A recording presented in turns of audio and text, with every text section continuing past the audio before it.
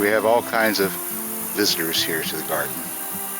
Now that I've got a large body of water that is undisturbed, with a willow tree growing in it, and duckweed floating on the surface, and an aerator bubbling, dragonflies have decided to colonize. This is a blue damsel dragonfly. Aren't they pretty? She's so pretty. She is so pretty. Well, I hope I won't disturb her too much, but I've got to put some more water in the pond. So in order to get these guys, you need to have a large body of water. It needs to be not perfectly still, but slow moving. Perfectly still water is a breeding spot for mosquitoes. That's not necessarily all that good. But if it's a slow moving body of water, it's clean, it's got appropriate microbes in it. In this case, we've inoculated the pond with Bacillus thuringiensis, which will kill off the mosquito larvae. And in the absence of other competitors, we've got dragonflies coming in and breeding. And I'm not sure they're all blue damselflies. I think we've got some others. I've been trying to figure out exactly who may have dropped their kids off at the pond here. But apparently, well, you know how it is. If you're a father, you know how this is. The kids get dropped off at your pond. It's kind of your job to watch after them until their parents come and pick them up, or until they're ready to be adults for themselves, I guess. So at the moment, I've got a whole bunch of baby dragonflies that we're taking care of.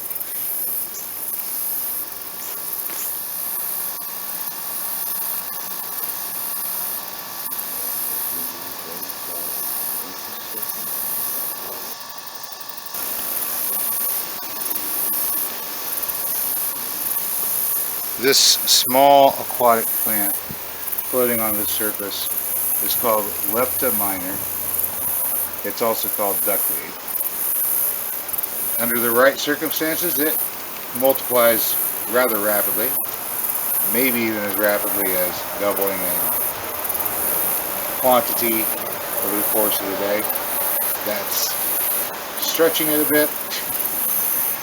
In the real world, I've never seen it grow that fast, but it does grow fairly regularly as long as the weather holds. It doesn't grow well into the winter.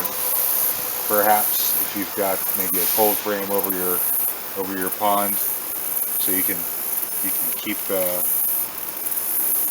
heat in, keep it warm. If you want to keep your pond at 40, 50 degrees or so, even 60 degrees into the winter, because you've got fish that really like the warmer weather,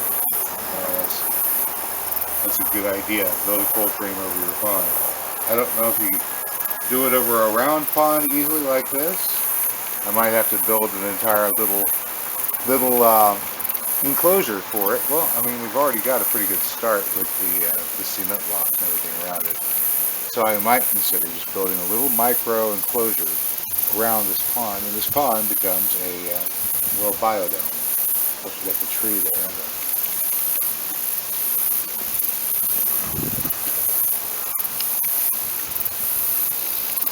Oh, willow tree.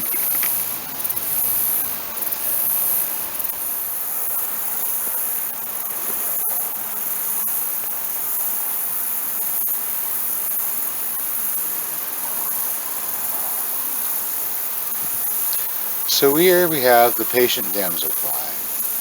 Her larvae are in the pond below. She's not there, but perches close by and watches wherever they go. Can we take this lesson here? Can we understand?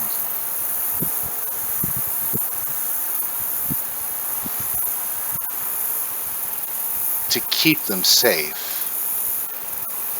but not so near, so they can grow and stand.